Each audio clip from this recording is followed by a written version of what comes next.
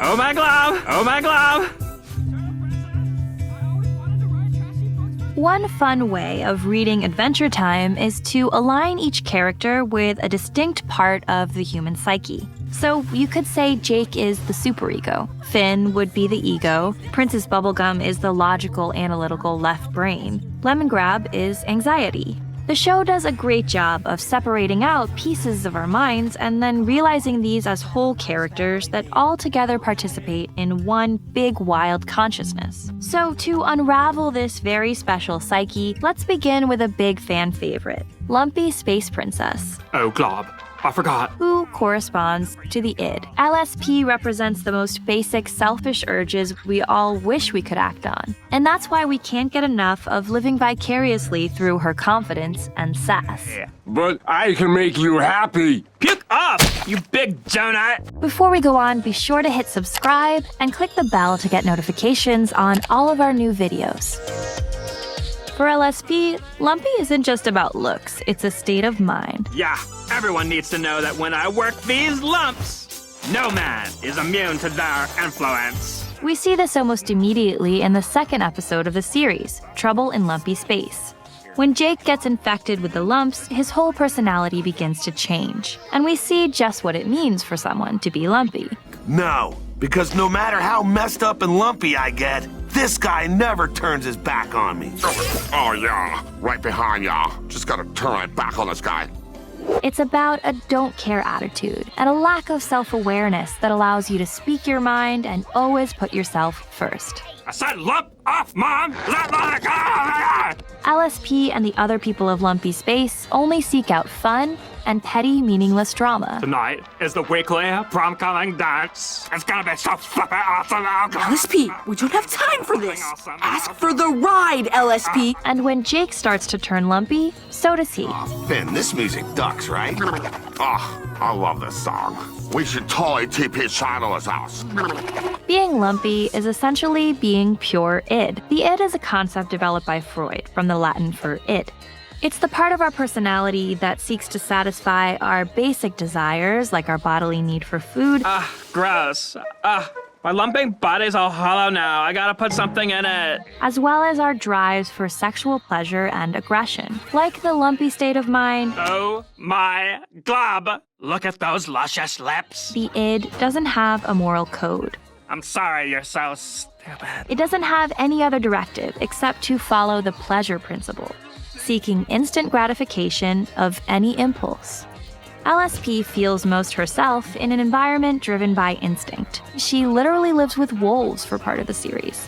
But even her relationship with the wolf pack falls apart because of her need for instant gratification. Okay, here's the secret. I just saw Jessica making out with Mark behind Tony's back.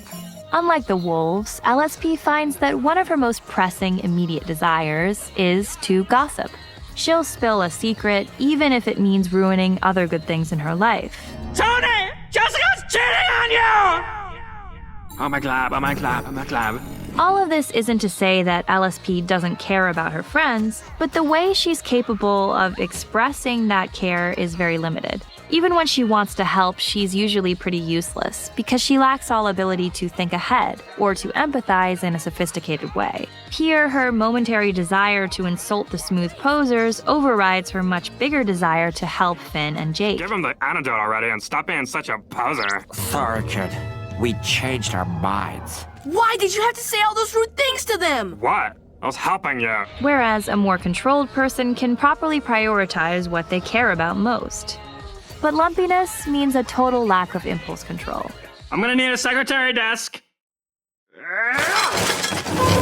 If you're lumpy, the only possible solution to a problem is the first thing that pops into your head. The id is essentially how we were as little kids, before we learned how to regulate and control our impulses.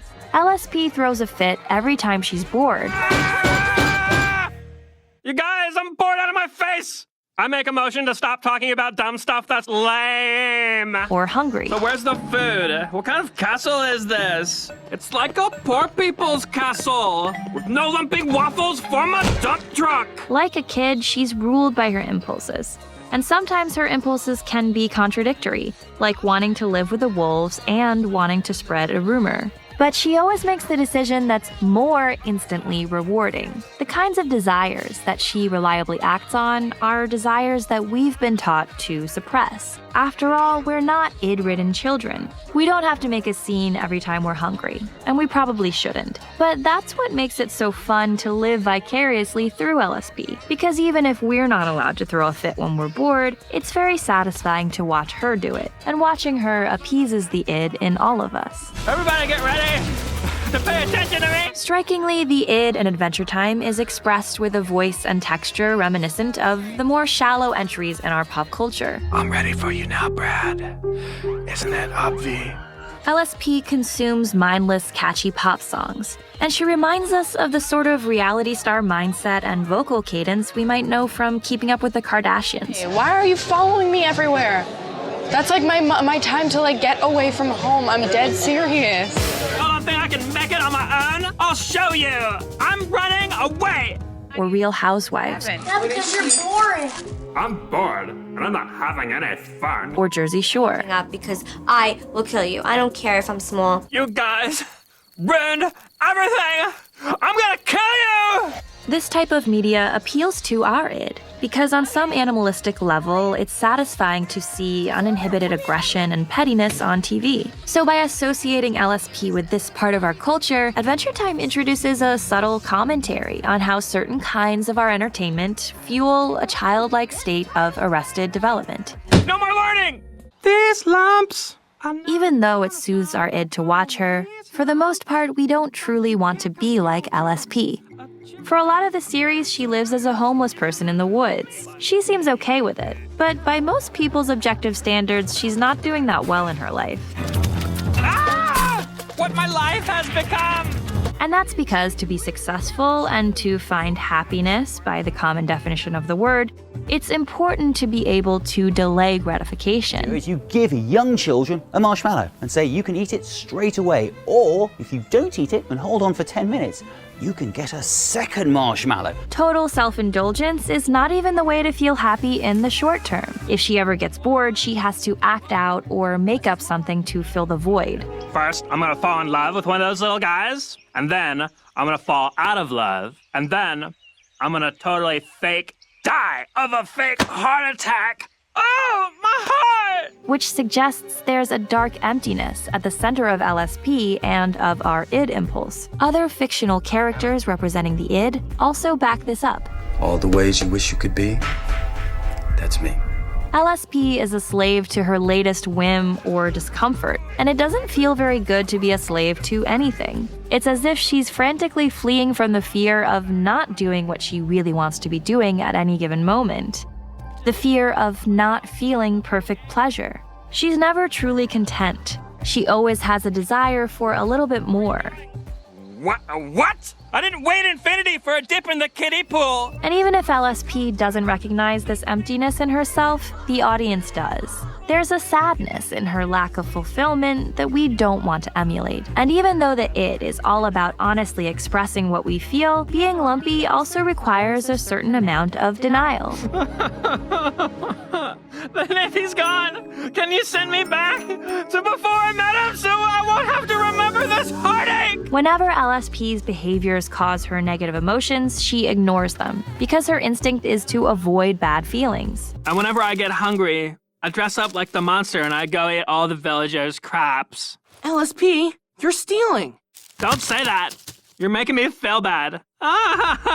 Facing the contradictions in her actions and thinking about how she could be hurting people would be highly unpleasurable, and that's something LSP doesn't do. I saved the village! Lumpin' parents' house. LSP is the most unrealistically, implausibly, baselessly confident character you could ever meet. I knew you liked me, Fen. That's why you're running! And there's something wonderful about imagining what the self-image of someone who's just an id would look like. I know you want this body, but you can't have it! You can't have it! She has no concept of insecurity or self-doubt or anxiety, because those emotions come largely from comparing yourself to others or to the outside world, and that's something she's not capable of.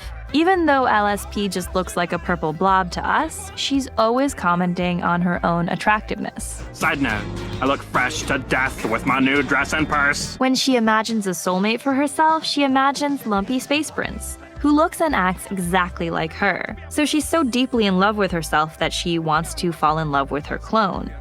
And the lesson that Lumpy Space Prince learns in his episode is that he shouldn't care what other people think. For the audience, not caring so much about what others think is a liberating concept too. It would be great to go around feeling like we're hot stuff, even if we look like a purple blob. Ooh, my dress! Get in touch with your feelings, babe! We struggle to feel this kind of free, unhampered self-confidence because we have other parts of our psyche intruding on our minds. So we love LSP for letting us feel how she feels for a little while. But when Lumpy Space Prince makes his proclamation, I don't care! His well-intentioned parents literally explode. So he learns not only that his confidence is powerful, but also that others are inconsequential. All that matters is what he wants. Not bad. Objectively speaking, that's a pretty unhealthy approach to life. LSP firmly believes that her own opinion matters more than anything else. Monster! I was just pretending to be a monster! I'm sorry that you're starving because I ate all of your crops, even though you're all still really fat. I probably helped you lose some weight. LSP? What? That apology was terrible! She's perpetually certain that she's always right. All I saw was you're ugly, which is totally true. Somebody help me! And she just assumes that the rest of the world thinks so too. And Papa Wolf was all like, this is a special child who needs special love because she's gonna be great when she grows up. So these were talking wolves? No, they were normal wolves.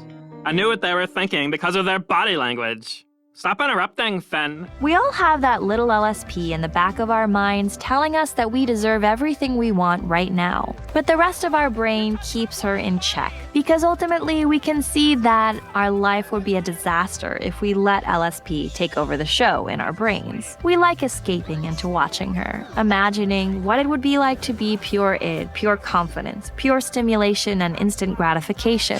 Oh yeah, this spot is hot and powerful. Without all that much harder long-term self-control and discipline holding us back. But we don't really want to be LSP. We certainly don't want friends like her, and we probably wouldn't even want to meet her in real life. That's why we enjoy her so much removed from us in a safely fictional TV show. And we go back to our lives with the messy id safely relegated to its far more limited spot in the everyday psyche.